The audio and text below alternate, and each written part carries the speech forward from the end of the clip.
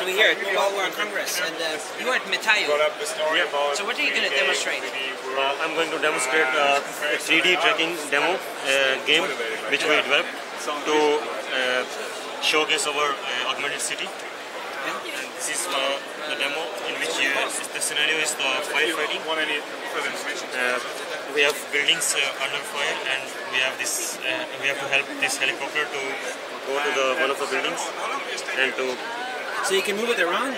Yeah, I can move it around. I can track it from different angles. For example, this angle. I can move it here. I can see it from top. And I can guide this helicopter to get to one of the buildings and try to put out the fire. And I can even select bombs, and I can drop off one of the cars to blow them up. So this is actually video here? It's not a video, it's a live camera screen. So what you are seeing is the live camera screen. The live what? The camera screen. Camera. Yeah. So this is a camera view, and overlaid is graphics. Overlaid is graphics, and we are recognizing each and every object in this camera. Let's try to get a little closer.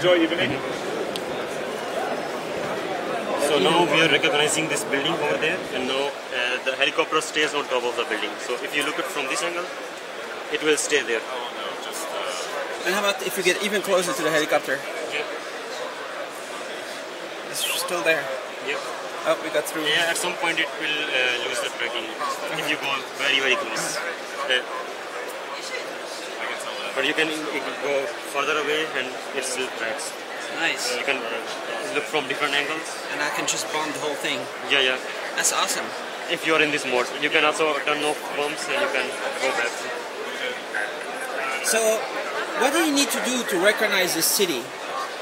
Carefully digitize it first, or could you do it with any game? We could do this with any object in the world. Any object? Yeah, but we have to first create a map. How do you do that? We have an application, it's called Metaio Creator, and with this application we can do the training. But you can't do it with a tablet or smartphone, right? You have to create with a PC, or? No, you can do it on your smartphone.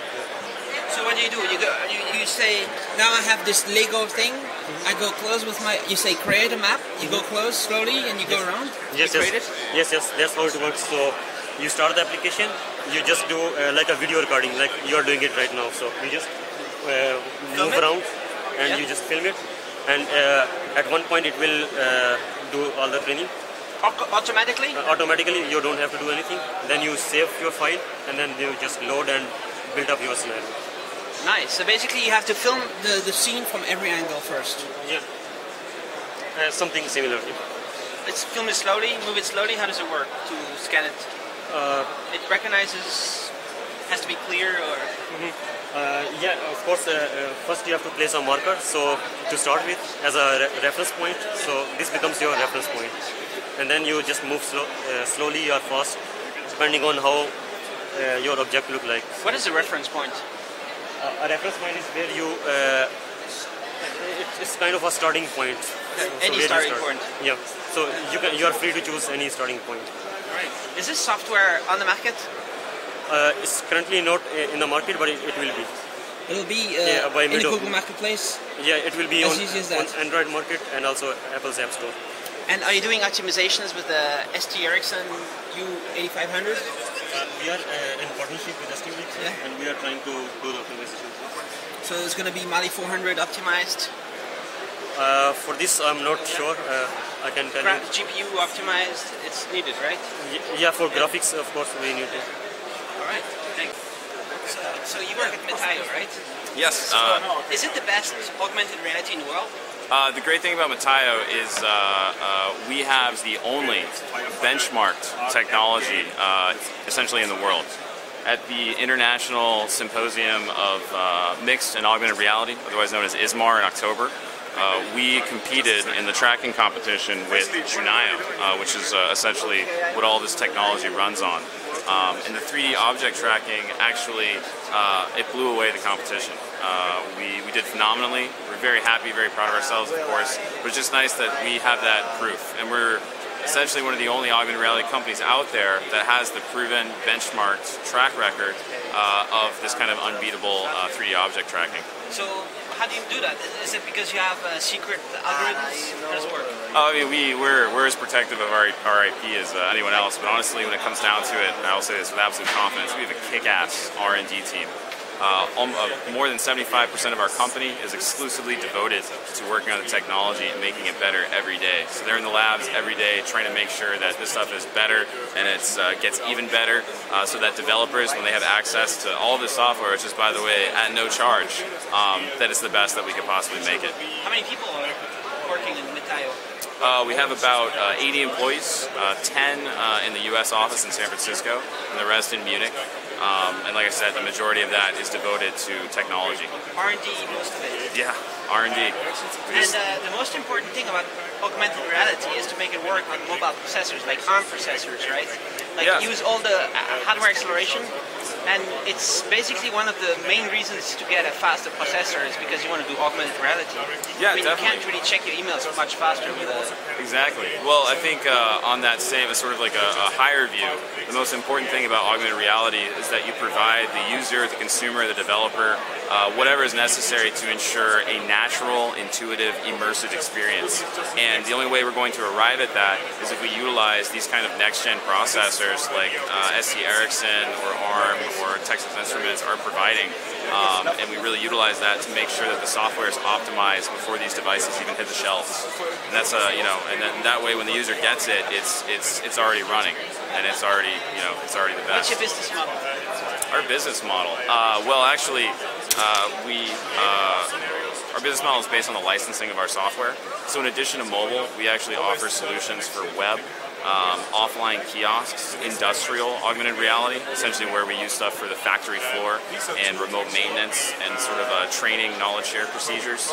So essentially, yeah, that's our business model. But one of the reasons that this kind of technology we're actually giving at no charge, which seems crazy based on a licensing perspective, but it's because we're a product company.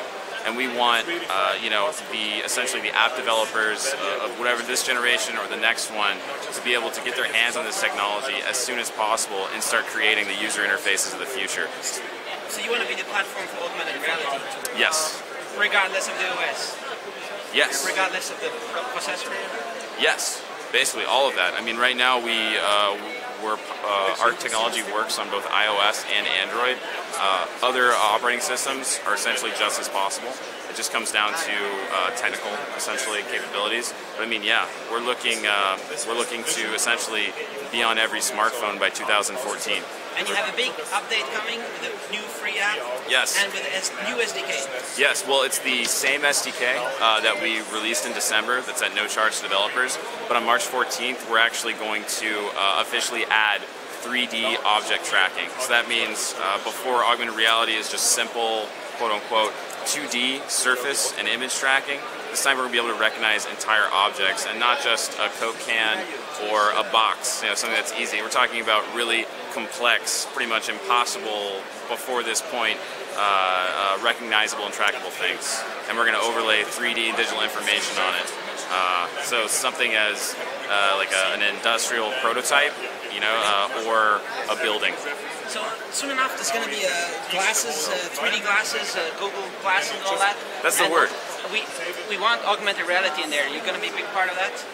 Well, I would hope so. I would hope. Android and all that? I can only assume that based on Google already offering their Android, making a very open platform, that they're going to extend that kind of capabilities to developers with these glasses. I mean, Android actually, in deference to iOS, actually offers developers external camera inputs and outputs. So based on that, it's sort of a natural step that they offer that same type of capability for the glasses. Any developer can use your SDK for free and publish the app. What is the licensing? Do you have to share the profits with you? No, actually, the licensing is really simple. At the no-charge version of the mobile SDK for iOS and Android, you get unlimited app deployments. So as many times as you want to publish an app, go ahead. Two small things.